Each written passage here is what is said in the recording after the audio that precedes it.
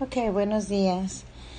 Vamos a aprender un poquito sobre cómo crear una vida devocional satisfactoria en nuestras vidas.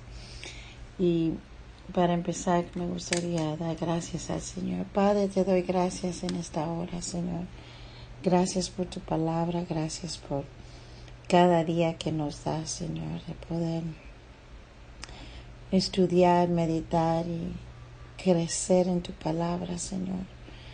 Te pido en esta mañana que prepares los corazones de los que han de escuchar tu palabra a través de este audio, Señor, a través de estas enseñanzas, y que todos los que quisieran, Señor, se apunten, Señor, para que puedan crecer y no pasar el tiempo en ociosidad, sino en tu palabra, aprendiendo algo, Señor. Sabemos que tu Espíritu Santo es el que nos enseña todas las cosas. Hoy en esta mañana depositamos todo nuestro ser en tus manos y gracias por la palabra de hoy, Señor. Te damos gracias en el bendito nombre de tu Hijo amado Jesucristo. Amén. Entonces vamos a aprender hoy cómo los cristianos deben de crecer hacia la madurez espiritual y desarrollar nuevos vínculos con tus hermanos en la fe. También vamos a aprender cómo establecer una nueva relación con Dios, ya que estamos todos en la palabra y en su camino. Ese Padre Celestial y nuestro Señor Jesucristo, que es nuestro Señor. Un conocimiento precioso de su palabra que cada uno de nosotros debemos experimentar de Dios. Es tan necesario que nos pongamos cada día en manos del Señor. Y muchas veces la ignorancia ha reemplazado todo lo que acabo de decir anteriormente. Y ignorancia de Dios no es bueno, no nos lleva a nada. Entonces, muchas veces donde había enemistad entre muchos de nosotros, donde no conocíamos a Dios, tal vez algunos tuvieron hasta odio de Dios, a Dios.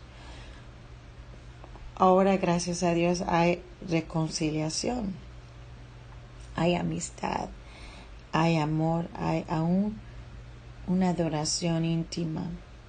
Y ciertamente los cristianos deben avanzar en ese camino, deben crecer. Desde que éramos incrédulos hasta que éramos ateos o éramos nada, debemos crecer y cada día buscar más de Dios, precisamente por donde venimos todos, ¿no? ¿Qué es adorar? En razón de quién es Dios y lo que Él hace, debe también atribuírsele la gloria que merece su nombre, Dios. La esencia de la adoración es, pues, la celebración de Dios. No se trata de algo casual o descuidado, sino tan meditado como celebrar un cumpleaños o un aniversario. No son regalos dados compulsivamente o a regañadientes, sino con alegría celebramos. No es una melodía improvisada, mal hecha o mal interpretada, sino ofrecemos en la adoración con un espíritu de gozo, una ofrecida espíritu de gozo como un reclamo de un Salmo 100. Todos conocen el Salmo 100. Es una activa respuesta a Dios en lo que no eres tú un espectador pasivo, sino un participante. No es algo de lo que eres testigo de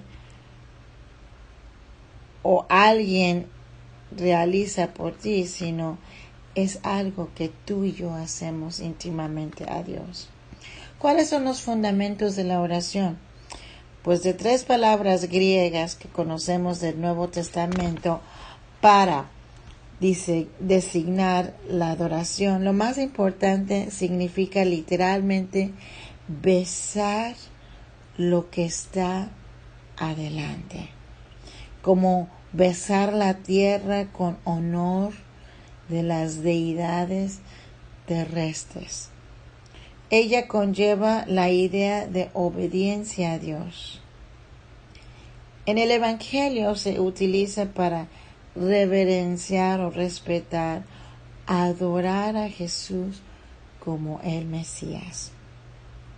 La verdadera adoración es un acto interior de nuestro espíritu. Desde ahí sale.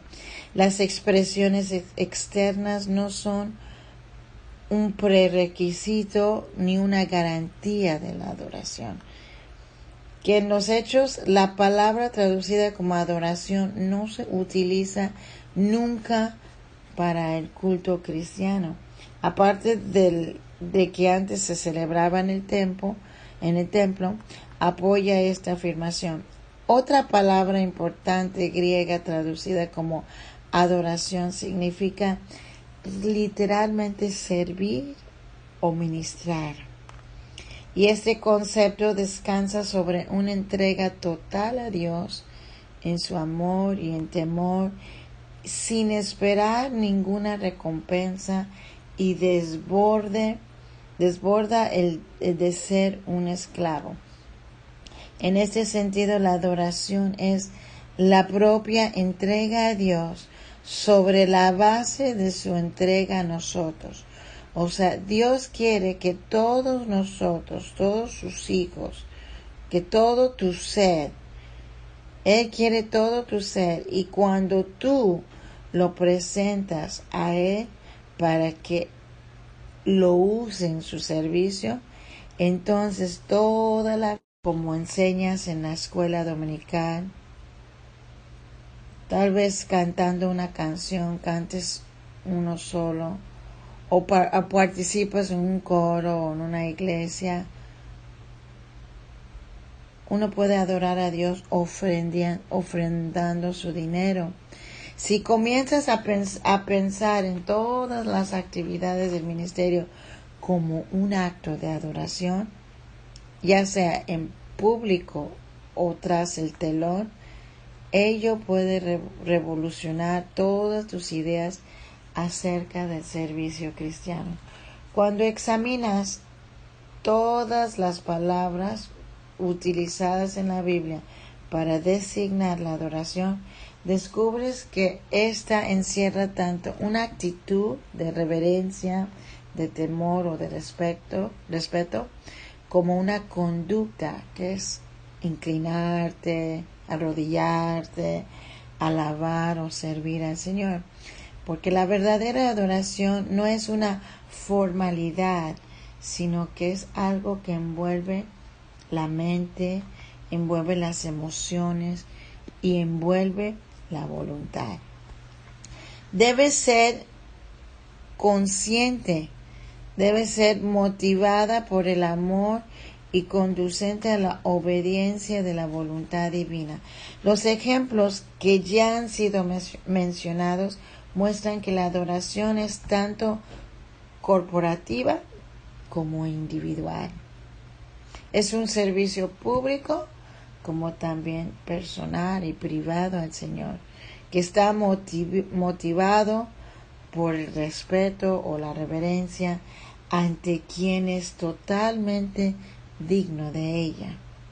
Jesús reveló algunos de los fundamentos de la adoración cuando declaró que la adoración debía ser en espíritu y en verdad, como dice Juan 4, 23 al 26. Entonces, 6 cosas.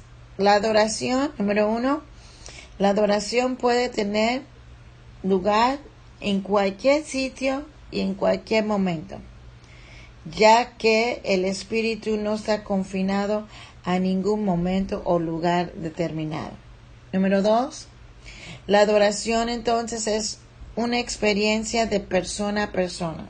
tú y Dios, nada más, en la que se honra con el Espíritu al Dios revelado en Jesucristo.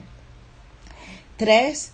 La adoración es subjetiva, espiritual y suscita emociones igual que sucede en las bodas, funerales o eventos deportivos. O sea, es emocionante, te debe de alegrar, te debe de impulsar a hacerlo con todo tu corazón. Número 4.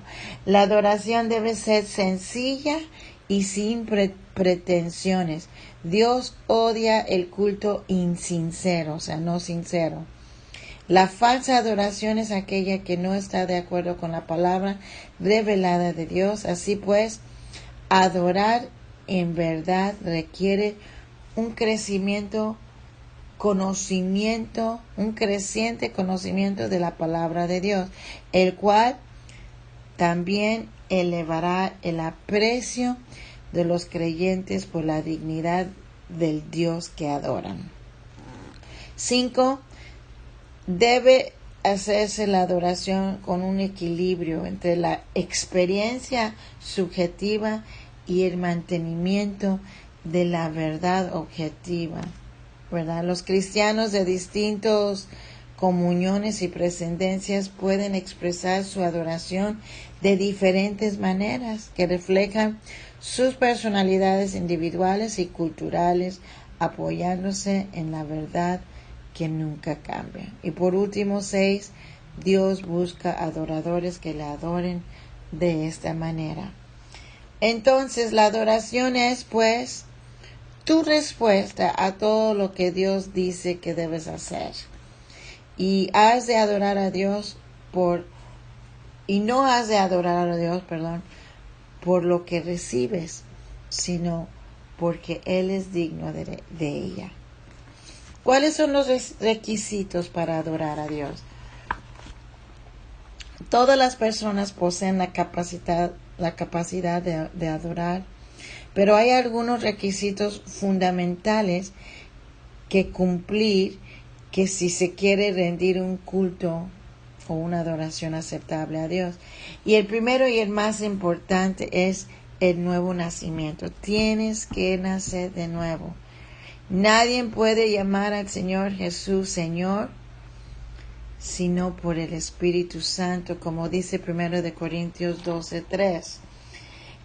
Es por medio del Espíritu Santo que los creyentes saben quién es Cristo, que lo ama y lo adoran con la devoción que Él merece. Pero no todos los cristianos están en condiciones de adorar porque están manchados por los pecados cotidianos. Los discípulos tuvieron que aprender que necesitaban lavarse sus pies espirituales, no tanto físico, sus pies espirituales, aunque ya hubiesen recibido un baño espiritual. Entonces vamos a ver que la adoración en la iglesia local también tiene prioridad y eso es importantísimo. Un hermano dijo en una ocasión que el culto de adoración era la joya que le faltaba a la iglesia. ¿Y por qué es así? Porque el culto parece ser el aspecto más débil del cristianismo evangélico y la iglesia es más fuerte en las actividades de evangelismo, de enseñanzas, de fraternalidad, y hay un énfasis creciente en aplicar el evangelio a cuestiones éticas y sociales y en el trabajo de asesoramiento. Para adorar en profundidad, sintiendo los cristianos la omnipotente presencia y majestad de Dios, es algo que realmente falta en muchas iglesias. Iglesias con pastores que destacan en la enseñanza de la Biblia pueden muchas veces minimizar la adoración, transformándose la gente en espectadores más bien que en participantes. Cuidado. Lo que se necesita es siempre un equilibrio entre un sólido mensaje de la Escritura y también un rato de música, de oración y de quietud que exalte la gloria y la dignidad del Dios viviente. Otro hermano expresó que los creyentes se pierden en admiración, amor y alabanza. Ahí es donde debemos perdernos, ¿verdad? Siempre se han levantado objeciones a este tipo de adoración. Cuando María de Betania derramó su frasco de aceite perfumado sobre la cabeza de los pies de Jesús, muchos de los religiosos en ese tiempo que estaban presentes, algunos dijeron que habría sido mejor dedicar ese gasto a los pobres, o sea, dar ese dinero a los pobres en lugar de derramarlo sobre los pies de Jesús. Tan importante como la compasión por los pobres, se podría responder con una paráfrasis de lo que contestó Jesús. ¿Y cómo contestó Jesús? Dejarla tranquila, me agrada lo que está haciendo. Después de que me vaya, tendrás mucho tiempo suficiente para la acción social. O sea, siempre vas a tener los pobres contigo. Jesús le dio prioridad a la adoración sobre el servicio, fíjate, y declaró que ella era un elemento importante del mensaje del Evangelio. No puede haber algo mejor que el estar ocupado con la majestad y la esplendor de Dios. Y a menudo se escucha la frase, salvo para servir, aunque el servicio es un resultado de la salvación, pero no constituye una razón primordial. Dios te ha salvado, sí, para que puedas magnificar y exaltar su persona. Y una de las vías para ello es el servicio. Pero este es solo una forma de adorar a Dios. El servicio es algo que rinde no solo un esclavo, como se llama Pablo a sí mismo, sino también un sacerdote. Entonces la adoración incluye el servicio sacerdotal, pero no todo servicio implica adoración. Entonces enseñar que los creyentes son salvos para servir, primero que todo, se invoca tanto hoy en día que puede involucrarlos demasiado en las actividades religiosas. Y hay quienes piensan que el plan de Dios para sus vidas es mantenerlos ocupados en la iglesia. Pero este tipo de actividad deja poco tiempo y energía para la adoración reflexiva. Aguas. Algunos hablan de las misiones como la clave para una iglesia espiritual, pero ellas, como el evangelismo, deben ser un fruto de la adoración. Por ejemplo, a Abraham, el primer misionero que existió o que aparece en la Biblia, se le dijo que dejará su casa y fuese a una tierra distante a dar testimonio del Dios vivo y verdadero. El Dios de la gloria apareció a nuestro padre Abraham. Y esto suena parecido a la experiencia de Isaías, ¿verdad? Cuando se convirtió en un evangelista tras haber adorado en el templo y haber visto a Dios sentado sobre un trono alto y sublime. Lo puedes leer en Isaías 6:1 para ser exacto. Cuando la actividad misionera procede de una experiencia de adoración, se destaca tanto la gloria divina como la necesidad humana. Divorciado de la adoración verdadera, el evangelismo puede transformarse en un programa más, encomendado a una sobrecargada maquinaria eclesiástica. Entonces, al ver al resucitado Señor en Galilea, los discípulos lo adoraron. Y fue a estos hombres que le rindieron culto, a lo que el Señor encomendó la gran comisión, ¿verdad?, de ir a todas las naciones y hacer discípulos. El llamado misionero le vino a Pablo mientras participaba del culto en la iglesia de Antioquía. Según los Hechos, lo leemos en Hechos 13:2, donde dice: y ministrando estos al Señor y ayunado. Entonces, el contenido de la adoración muchas veces corporativa, ¿cuál es o cómo es? En el Nuevo Testamento dice poco acerca de la forma y el contenido del culto en la iglesia local. Y en Hechos 2 y 20, de capítulo 2 y capítulo 20, y también en 1 de Corintios, capítulos del 12 al capítulo 14, nos informan de algunas cosas. ¿Cuáles son el contenido de la adoración comparativa?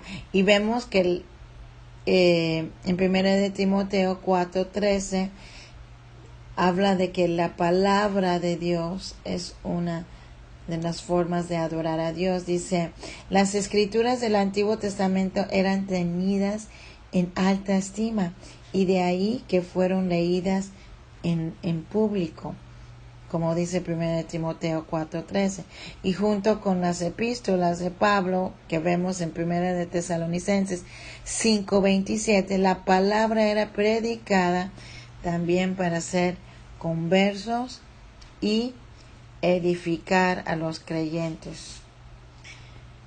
Entonces, la palabra de Dios es una forma de adorar a Dios corporativamente.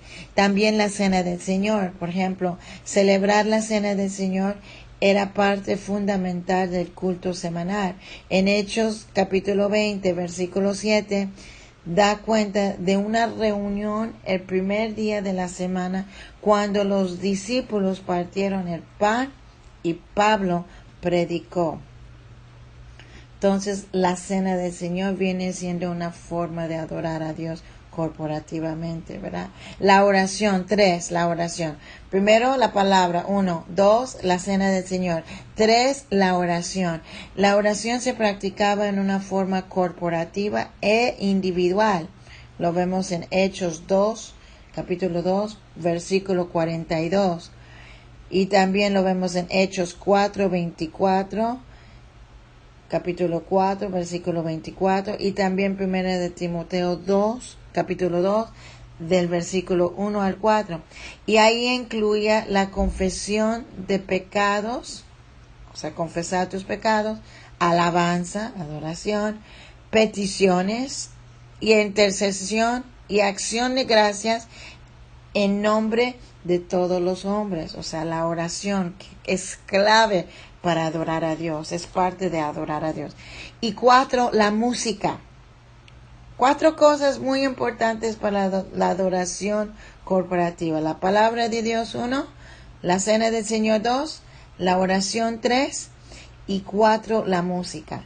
Y se puede rendir culto sin canciones, pero nada contribuye tanto a su belleza y majestad como la música. La Biblia está llena de la música de la adoración, desde el Génesis, libro de Génesis, el principio de la Biblia, hasta el Apocalipsis, al final de la Biblia. Pero es de David de quien los creyentes aprenden más acerca de la música en el culto, que lo vemos en los Salmos.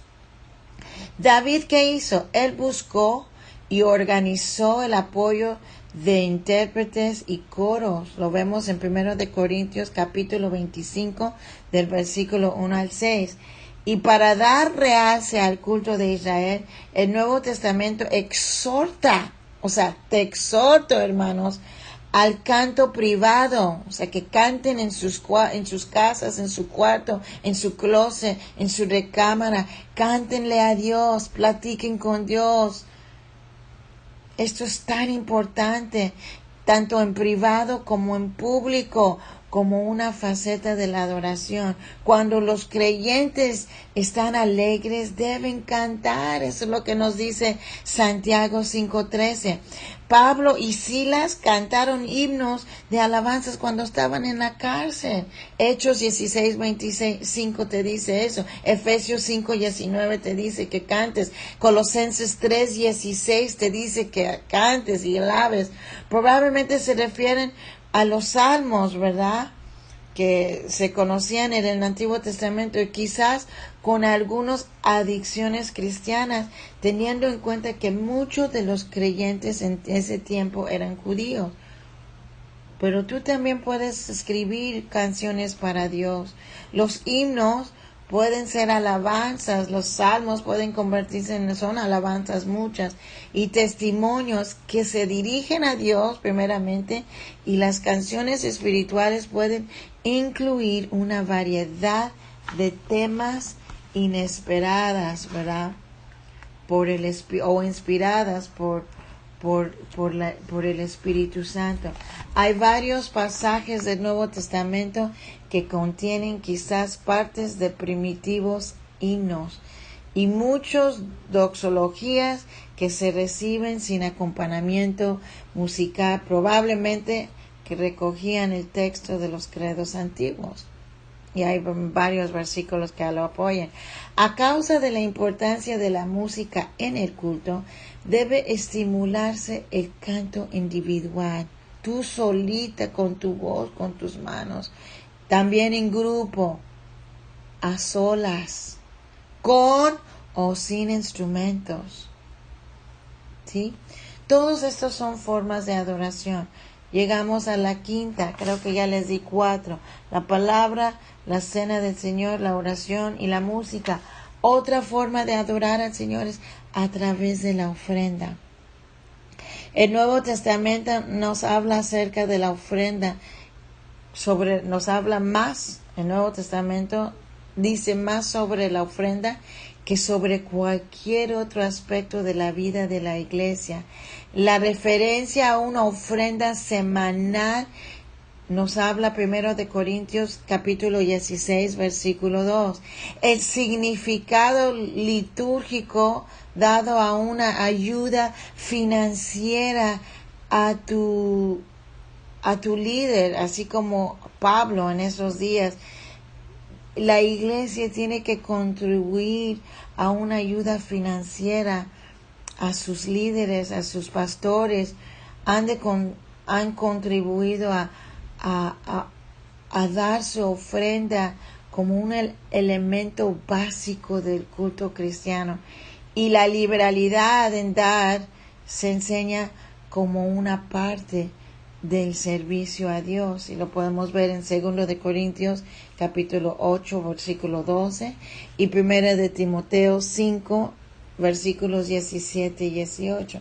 Dar a otros es una clara prueba de amor de los creyentes hacia Dios. Cuando tú das tu ofrenda, cuando tú das tus diezmos, estás dándole a Dios. Él quiere decir que amas a Dios. Quiere decir que lo honras. Quiere decir que eres obediente a tu Padre. Es tu amor demostrado en hechos de los creyentes hacia Dios. Santiago 2, del 15 al 17 te lo dice. 1 de Juan 3, 17 al 18 también. Debe de brotar. La gente que diezma o ofrenda lo hacen porque brota. Ese acto o esa obediencia debe de brotar de una vida que primero les fue dado a ellos, que tú estás agradecida porque Dios te ha alcanzado, porque te ha dado una nueva oportunidad, una nueva vida, te ha dado a su Hijo unigénito, y eso lo puedes ver en 2 de Corintios 8:5. Es algo voluntario, no es algo que se puede exigir, no es algo que debe ser a la fuerza, es algo que debe ser voluntario. Segundo de Corintios 8, capítulo 8, versículos 11 y 12, y también capítulo 9 de Segundo de Corintios, versículo 7. Debe ser algo con alegría, como dice Primero de Corintios 9, 7, y de acuerdo a los bienes, solamente de acuerdo a lo que Dios te ha dado a ti. Si no te da Dios, tú no des. Pero si te da Dios, tú da. Y si te da mucho, da mucho. Si te da generosamente, da generosamente. Si te da escasez, da escasezmente. La forma en que te da Dios y te trata a Dios es la forma en que debes ofrendar y diezmar a Dios. 1 Corintios 16, 2. ¿Ok? Otros elementos del culto pueden haber sido la confesión de fe. Qué importante es confesar con fe. Primera de Timoteo 6:2 dice, un amén congregacionalmente. O sea, tú di amén, gloria a Dios. Siempre hemos hablado de un sobre de fe. Abre un sobre de fe de lo que ustedes quieren hacer y meten ahí una ofrendita para mi viaje a Israel. Mete 5 pesos, mete 10 pesos, mete 20 pesos. Por fe voy a ir a Israel y mete 5 pesos y mete 20 pesos y mete 30. Es lo que tú confiesas, es lo que recibes. Entonces, 1 Corintios 14, 16 dice un amén que congregacionalmente, y el levantar las manos. Esa es otra forma de adorar a Dios, levantando tus manos, confesando por fe lo que quieres. 1 Timoteo 2, 8 también, levantar las manos. Lo que se menciona aquí, lo que acabo de mencionar aquí arriba, parece haber sido caracterizado los servicios de adoración de la Iglesia del Nuevo Testamento, no prescritos de una forma rígida, sino permitían la creatividad, la flexibilidad y la adaptación del servicio de adoración a la cultura local. Pero ¿deben ser los servicios de adoración planificados o espontáneos? Es una pregunta. ¿Deben ser los servicios de adoración planificados o espontáneos? Bueno, pues muchos han discrepado acerca de esto, y en algunas comunidades la adoración dicen que es espontánea, dirigida por el Espíritu, y para ellos la liturgia planificada es inaceptable para muchos. Algunas iglesias se apoyan en la práctica de no permitir a ninguna autoridad terrenal dictarles la forma de adoración. En otras comuniones la adoración sigue siendo un método establecido o es planificada por los pastores, por la dirección de una iglesia, y a veces sin espacio alguno para la espontaneidad, y siempre se permite la dirección del Espíritu. Entonces ahí es como cada quien lo maneja, y pues no se critica, ni se juzga, ni se prejuzga a nadie, pero puede ser planificado o espontáneo según tus líderes, según tus pastores, ¿verdad? Pero el culto personal o la devocional debe ser individual. Y el culto personal individual es muy importante. Algunos pastores hacen énfasis en la adoración en sus iglesias, que solo en las iglesias, que solo es el lugar santísimo. Pero les cuesta trabajo dirigir un grupo de personas en algo que no forma parte de su experiencia personal.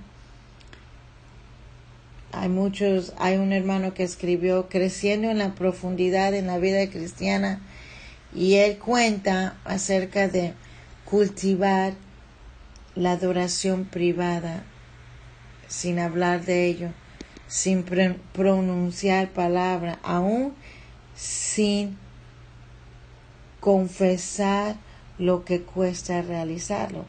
Él añadió a su disciplina de oración cosas como cantar y momentos de tranquilo silencio. Estos momentos delante del Señor eran tan delicados y tan elusivos que tenía que esforzarse mucho para poder incluirlos en su apretada agenda. Entonces la adoración debe comenzar, hermanos, en tu propia vida devocional personal. Yo digo que empezar cada día con Dios y dedicar un tiempo a meditar sobre su palabra, adorándole, confesándole, dando gracias y suplicándole. Si comienzas tu día adorando personalmente a Dios, crecerás hasta donde esto puede proyectarse y tocar los patrones de culto de aquellos que te rodean en la iglesia. Y no te concentres en cambios cosméticos, tales como cantar diferentes himnos o reestructurar el orden de servicio, sino da lugar para que el Espíritu Santo trabaje en los corazones de los demás. Si tú sientas la pauta y tienes apetito de una mayor visión de la gloria de Dios en tu propia vida, Dios puede obrar a través de ti y hacer que tu iglesia sienta hambre y sed del culto espiritual. Si no dispones ahora de un tiempo diariamente dedicado a la adoración privada, busca 5 minutos por lo menos ahorita mismo, en lo que puedas estar quieto ante el Señor. Lee un pasaje breve, chiquito, un versículo, unos versos, unos minutos hoy mismo en tu Biblia. Medita sobre ellos y al final alaba a Dios por lo que aprendiste. Auméntale 5 minutos todos los días el tiempo en que haces esto hasta que alcances tu límite.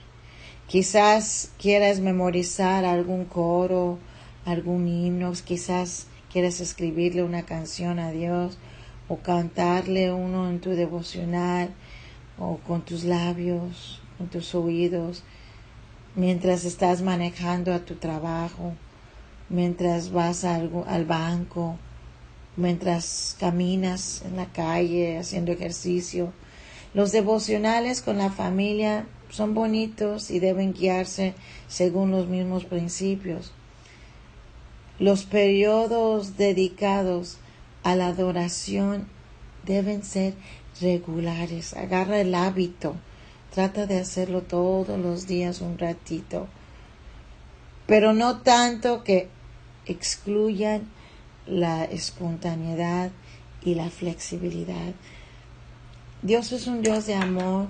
Él no exige más de lo que puedas dar. Él sabe exactamente lo que puedes dar y quién eres y cuánto tiempo tienes, si realmente te sobra tiempo o te falta o te estás haciendo el flojo. Él sabe, conoce las intenciones de nuestro corazón. Él es tan flexible como tú.